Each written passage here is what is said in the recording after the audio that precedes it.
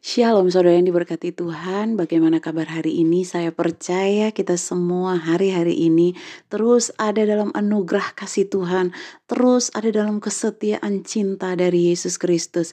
Saudara, hari ini kita bertemu kembali di channel YouTube Elkana Ministry, dan seperti biasa kita akan kembali membaca firman Tuhan, merenungkan firman Tuhan bersama-sama. Namun sebelum itu, mari kita memulai dengan doa.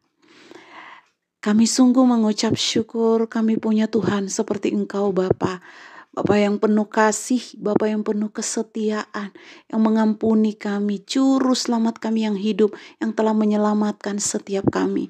Terima kasih Bapa untuk hari ini, saatnya kami akan dengar firman Tuhan. Biarlah Roh Kudus menolong kami, Roh Kudus memberikan kami hikmat, Roh Kudus memberikan kami pengertian yang benar tentang Bapa di dalam nama Yesus Kristus yang mengasihi kami. Terima kasih Tuhan, kami semua siap untuk mendengarkan sabda firman Tuhan di dalam nama Yesus. Haleluya. Amin. Saudara, hari ini kita akan sama-sama membaca kembali dalam kitab Bilangan pasalnya yang ke-14 ayat 1 hingga ayatnya yang ke-38.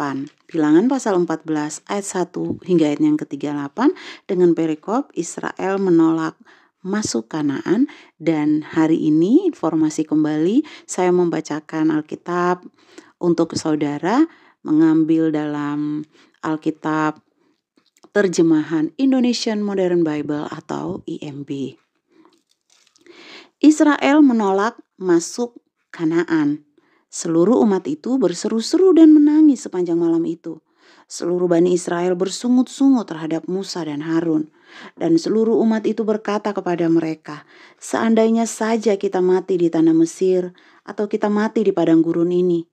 Lalu mengapa Yahweh membawa kami ke negeri ini untuk mati oleh pedang? Istri dan anak-anak kami akan menjadi tawanan. Tidakkah lebih baik kami untuk kembali ke Mesir?" Dan mereka berkata seorang kepada yang lain, "Marilah kita menunjuk seorang pemimpin dan kita kembali ke Mesir."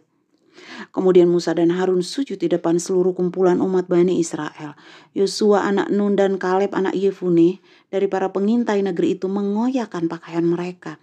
Mereka berbicara kepada seluruh umat Israel dengan mengatakan, "Negeri yang telah kami lewati untuk mengintainya adalah negeri yang luar biasa baiknya.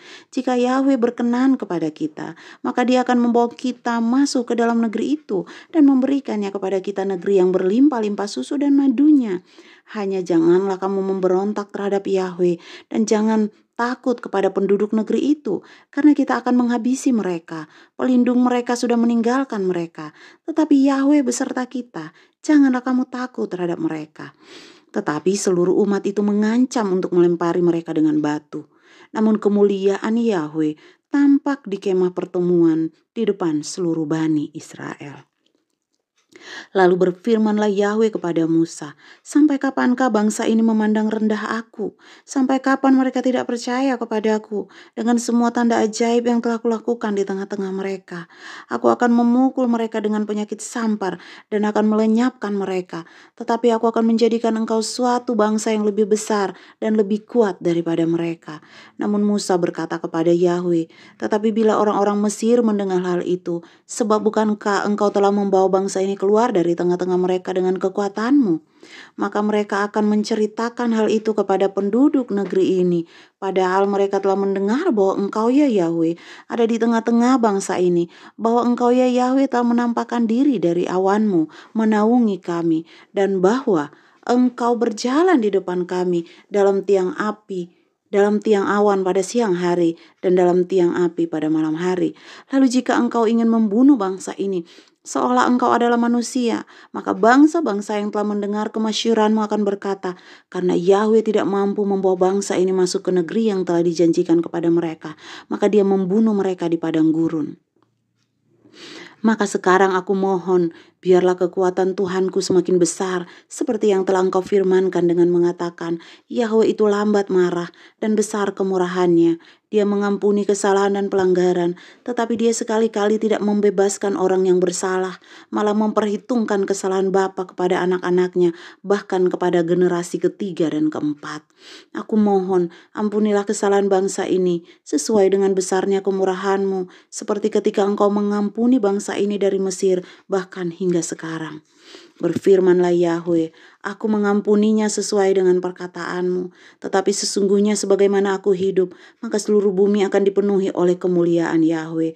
Karena semua orang yang telah melihat kemuliaanku dan tanda mujizat yang telah kulakukan di Mesir dan di padang gurun, namun telah mencobai aku sebanyak 10 kali dan tidak mendengarkan suaraku, pasti tidak akan melihat negeri yang telah aku janjikan kepada leluhur mereka. Juga bagi setiap orang yang telah memandang rendah aku. Tetapi hambaku Kaleb, karena ia memiliki roh yang berbeda dan sepenuhnya mengikuti aku, maka aku akan membawanya ke sana, ke dalam negeri yang telah dimasukinya, lalu keturunannya akan memilikinya. Adapun orang-orang Amalek dan orang-orang Kanaan adalah penduduk yang berdiam di lembah Besok, berbaliklah dan berangkatlah kamu ke padang gurun ke arah Laut Merah. Berfirmanlah Yahweh kepada Musa dan Harun dengan mengatakan, berapa lama aku harus menahan diri terhadap umat yang jahat yang bersungut-sungut kepadaku. Aku telah mendengar keluhan Bani Israel yang mereka keluhkan terhadap aku.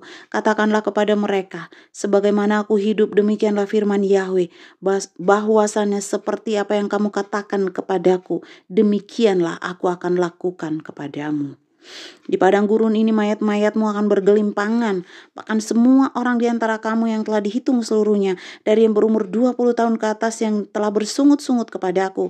Sesungguhnya kamu tidak akan masuk ke negeri yang atasnya aku telah bersumpah untuk kamu diami, kecuali Kaleb anak Yefune dan Yosua anak Nun.